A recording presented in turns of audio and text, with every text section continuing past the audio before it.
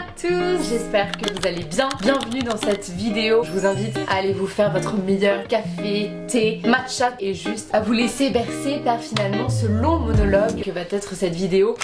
Dans 3 jours, j'ai 30 ans. C'est super bizarre de se dire ça. Depuis que je suis petite, je projette cette image de moi quand je serai plus grande, quand je serai la Mathilde adulte. Et c'est toujours étrange parce qu'après tu te retrouves à cet âge-là et tu te dis bon, en fait c'est toujours moi. Oui, j'ai évolué mais je ne suis pas foncièrement différente. Je sais pas si vous voyez ce que je veux dire. La petite Mathilde est bien présente dans la Mathilde qui a presque 30 ans aujourd'hui. Et je pense que c'est l'accumulation de toutes les Mathildes que j'ai découvertes au fur et à mesure de ces années qui font la personne que je suis aujourd'hui. Et c'est beau de se rendre compte de ça et de voir qu'on évolue toujours et de voir qu'on change. Petit préambule, je vais pas faire des leçons générales, je vais faire une espèce de conversation avec moi-même où je me dis moi ce que j'aurais bien voulu savoir mais dans ma vie, dans mon contexte et par rapport aussi à tout ce que j'ai vécu durant cette vingtaine. La première leçon que je me donnerais c'est fais des expériences. Durant ta vingtaine tu vas apprendre à te connaître et c'est justement en passant par le fait de faire tes expériences. Je dirais faire des expériences un peu à tous les niveaux, que ce soit professionnel si t'as besoin de te chercher professionnellement. Je crois que pendant ma vingtaine j'ai commencé en tant que évidemment je voulais être chanteuse donc je suis partie à Berlin. Après je me suis rendu compte qu'en fait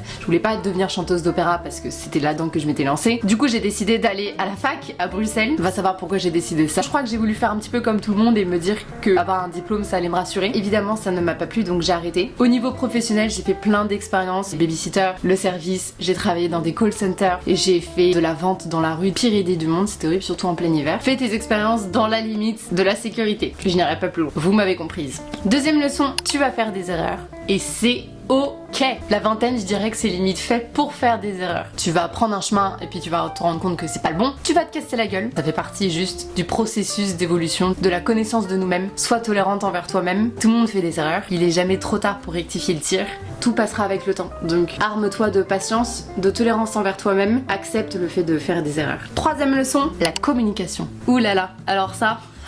Lorsque je suis contrariée, que je suis fâchée envers quelqu'un, j'ai tendance à être une tombe, une huître qui se ferme finalement. Je fais la gueule. Je suis une boudeuse. Il n'y a plus aucun son qui sort de ma bouche, ce qui est quand même très drôle pour une chanteuse. C'est pas très malin de faire ça, Mathilde. Même si ça m'arrive encore aujourd'hui, évidemment. J'essaye de plus en plus de communiquer et de dire les choses quand elles ne vont pas. Quand il y a un problème, communication! C'est la base d'un couple, c'est la base de chaque relation avec un être humain. La communication t'évitera beaucoup de problèmes, de suppositions, de malentendus, de conflits. Je te dis ça aujourd'hui mais je suis encore très loin. J'ai fait des progrès mais je suis encore loin.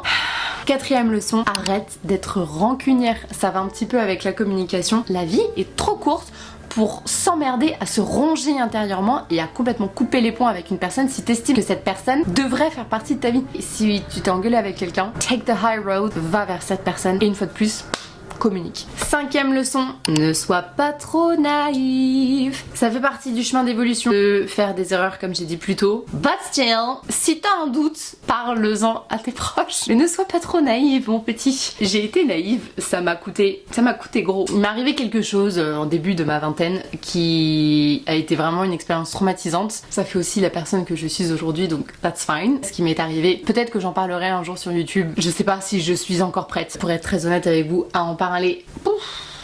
C'est encore un peu fragile apparemment, c'est la première fois que j'évoque le sujet sur internet donc bref. Ne sois pas trop naïve, ne fais pas confiance aux mauvaises personnes, ce qui m'amène à ma 6e leçon je crois. Entoure-toi des bonnes personnes. Une fois de plus, tu feras des erreurs, tu donneras ta confiance à des gens qui n'en valent clairement pas la peine, mais essaye de reconnaître au plus vite les personnes à qui tu peux faire confiance, parce que ça t'évitera bien des malheurs. On n'est pas fait pour être tout seul, nous sommes des êtres sociaux avant tout, on a besoin de s'entourer, et pour ça on a besoin de s'entourer de personnes à qui on peut vraiment faire confiance.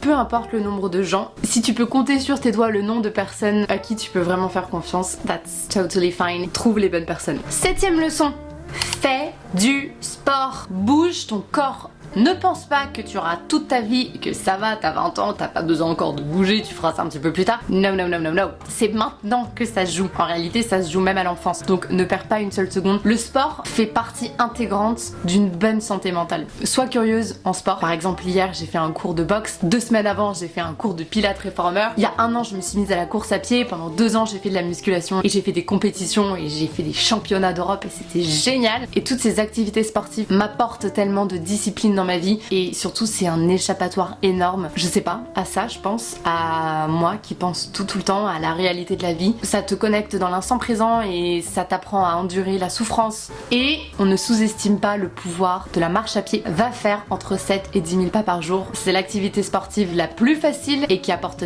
tellement de bénéfices. 8e leçon, l'alimentation. Malheureusement à l'école, on ne nous éduque pas du tout sur l'alimentation. On ne sait pas ce qu'est un macronutriment. On ne sait pas ce que c'est qu'une protéine, les lipides, les glucides, etc. Et je trouve ça tellement dommage parce que t'arrives dans ta vie d'adulte et tu ne sais pas composer une assiette correctement. Tu ne sais pas quels sont tes besoins caloriques journaliers. Donc renseigne-toi sur l'alimentation. Une bonne nutrition est une nutrition qui va te donner de l'énergie, te rendre heureuse. Parce qu'aujourd'hui il y a tellement d'études qui prouvent que la malbouffe nous tue et nous rend de mauvaise humeur. Notre estomac, on dit souvent que c'est notre deuxième cerveau, donc forcément si tu lui donnes des mauvaises choses, et bah ton deuxième cerveau il va être complètement fucked up et tu vas être de mauvaise humeur, tu vas pas avoir d'énergie, ça va être un cercle vicieux. Tout ça pour dire que mets-toi à la cuisine, renseigne-toi sur la nutrition, apprends à composer des assiettes équilibrées, ne sois pas complètement matrixé par ça non plus, mais essaye d'adopter au plus vite une alimentation de 80-20%, c'est idéal. Prochaine leçon, l'image que tu as de ton corps.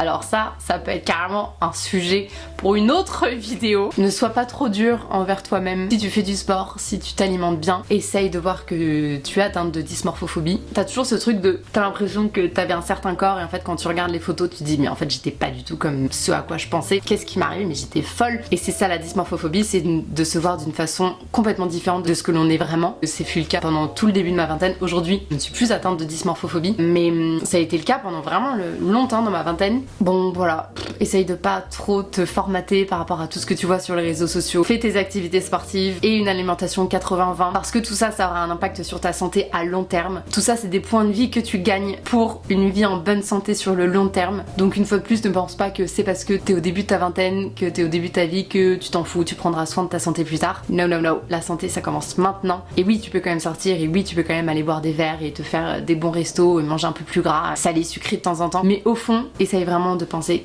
80-20%. Prochaine leçon, c'est le travail. Parce que tu peux avoir du talent, tu peux avoir un don pour quelque chose, tu peux avoir des facilités pour une activité quelconque, mais sans travail, malheureusement, ça t'amènera pas bien loin. Ne pense pas que, oh bah ça va, j'ai toute la vie devant moi. Pense pas que ça viendra tout seul, ma belle. Les gens qui ont réussi aujourd'hui et les gens que tu admires aujourd'hui, qu'est-ce qu'ils ont tous en commun? Ils ont travaillé. Et ça, j'avoue que je crois que je regrette un petit peu. Je pense que j'ai eu cette notion vraiment du travail quand je suis arrivée à Paris. Je sais plus quel âge j'avais, mais bref, j'avais 20 ans passés. Et avant ça, j'étais en école et je me reposais vraiment sur mes acquis. Quand j'y pense aujourd'hui, je me dis, t'avais rien du tout. Oui, tu savais chanter, mais ça suffit pas en fait. Ça suffit pas parce qu'il y a tellement de gens qui savent chanter. Pour rejoindre un petit peu ça, il y a 3 valeurs qui sont pour moi essentielles, que j'essaie de garder quotidiennement en tête. Le travail, la persévérance et la foi. Ça m'amène à la prochaine leçon, garde la foi. Que tu sois croyant ou pas, tu peux pas nier le fait qu'il y a une force supérieure qui règne, qui guide, qui est foncièrement présente dans nos quotidiens et en chacun de nous, qu'on veuille le croire ou non. Le fait de croire en quelque chose, ça adoucit finalement le quotidien, ça t'aide à traverser ce grand chaos finalement qu'est la vie. Ça peut apaiser aussi ta solitude que tu peux ressentir et que tu vas ressentir. Et oui, le travail,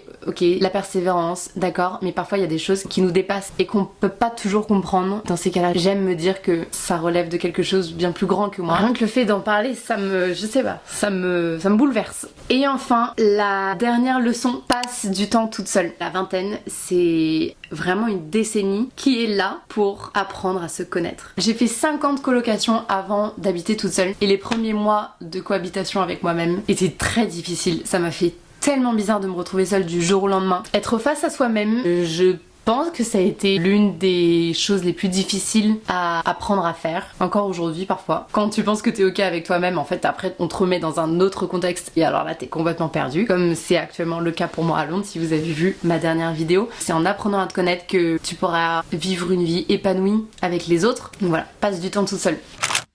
Bon, bah voilà pour les leçons.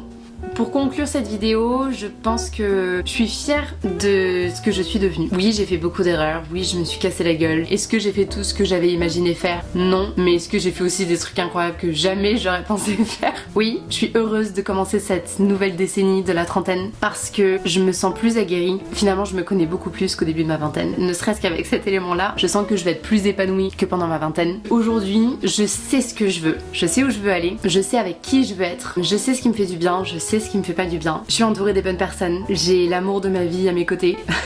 Ça c'est quand même fou. Je suis en bonne santé, mes proches sont en bonne santé, j'ai la vie dont j'ai toujours rêvé, même s'il y a des hauts et des bas, et pour être très transparente avec vous en ce moment, je suis un peu dans un bas, mais je sais aussi que c'est temporaire, et une fois de plus, vu que je suis entourée des bonnes personnes, ça va aller. J'essaye de garder en tête que je ne suis pas seule, que je peux compter sur les autres, et que c'est ok de demander de l'aide, et c'est ok de tendre la main vers des gens qui nous aiment et qui nous veulent du bien. J'espère que cette vidéo vous aura plu, n'hésitez pas à vous abonner à ma page Insta et à cette chaîne YouTube. On se retrouve tous les dimanches pour une nouvelle vidéo et je vous fais des gros bisous.